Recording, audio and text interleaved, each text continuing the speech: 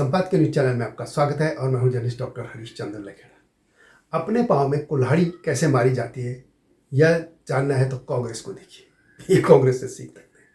कर्नाटक चुनाव में यही हुआ है। कैसे हुआ यही मैं आपको बता रहा हूं, लेकिन जब तक मैं आगे बढ़ूं आपसे अनुरोध है कि इस चैनल को, संपादकीय न्यूज चैनल को सब्सक्राइब अवश्य कर दीजिए जिन्होंने ऐसा नहीं किया।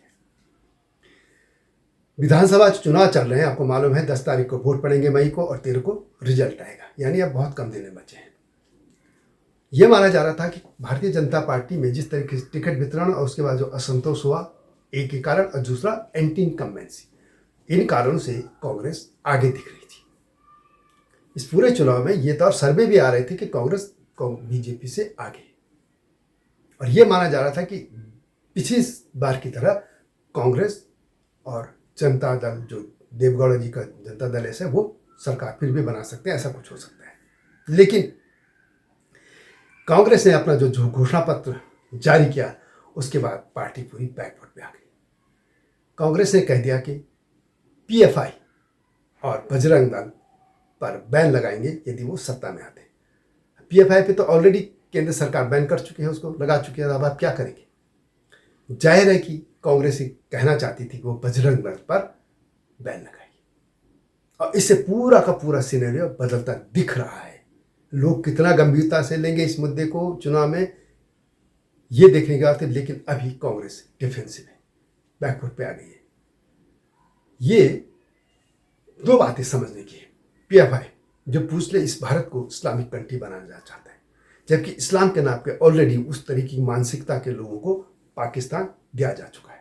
कांग्रेस ने गलती कर दी है। और ये एक बात और है कि कांग्रेस आखिर कैसे भूल जाती है कि एंटनी कमेटी ने क्या कहा था।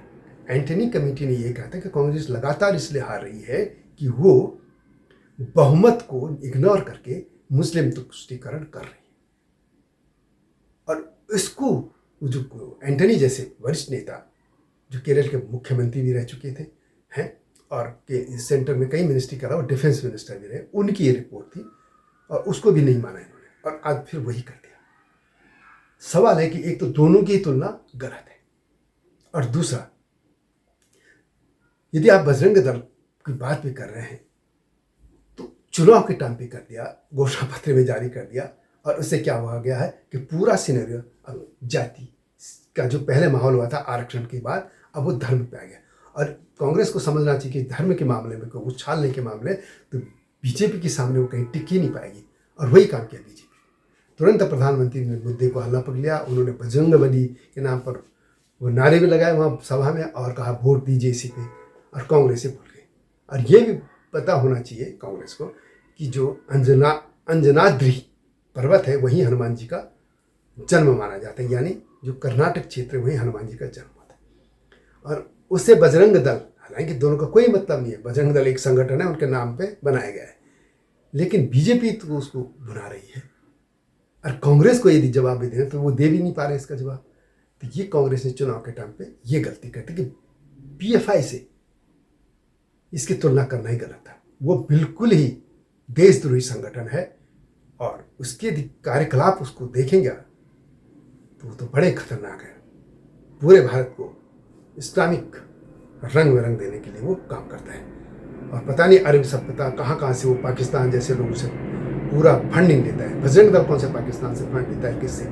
लेकिन कांग्रेस ये गलती कर रही है। कांग्रेस एक कानून भी ला रही थी यूपीए सरकार के दौरान में, जो ये था, ये दंगा विरोधी कुछ एक कानून था, जिसमें बहुमत या बहुसंख्यक लोगों को ही दंगा होने पर दंडित करने की बात थी, और यदि वो पास हो जाता तो आज तो बहुत बुरी हालत होती।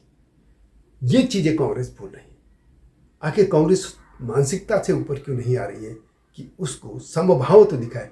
कांग्रेस आज भी 18-20% की राजनीति कर रही है, और बीजेपी कर रही है 80-85 की राजनीति, और इसलिए कांग्रेस हर बार पिट रही है। स्टेट में कहीं कभार वो स्टेट का ये है कि स्टेट के जो नेताओं का अपना कद है, अपने काम है, इससे वो जीत जाती है, परंतु इन मुद्दों पे वो पिछड़ जाएगी। जबकि होना चाहिए चुनाव में, ये होना चाहिए कि जन विकास के, लोगों के, जन समस्याओं के मुद्दों से चुनाव लड़े जाने चाहिए थे।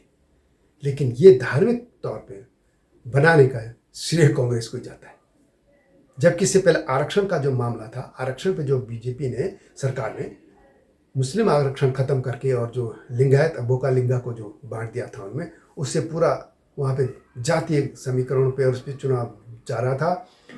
इसके अलावा कांग्रेस ने जो आरक्षण की सीमा बढ़ाने का भी वादा कर दिया था, उससे वो आगे दिख रही थी, परंतु इससे वो फिलहाल बैकवर्ड पे। अब देखना होगा कि लोग इस मुद्दे को कितना वोट देते हैं, क्या देते हैं, या कांग्रेस कैसे अपने वापसी करती है, तो फिर इसकी संभावना बन पाएगी दोबारा।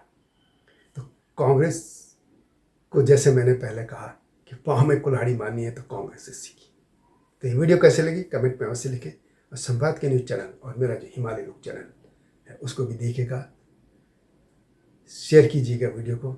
अगली वीडियो की प्रतीक्षा कीजिए नए मुद्दे के साथ। तब तक नमस्कार।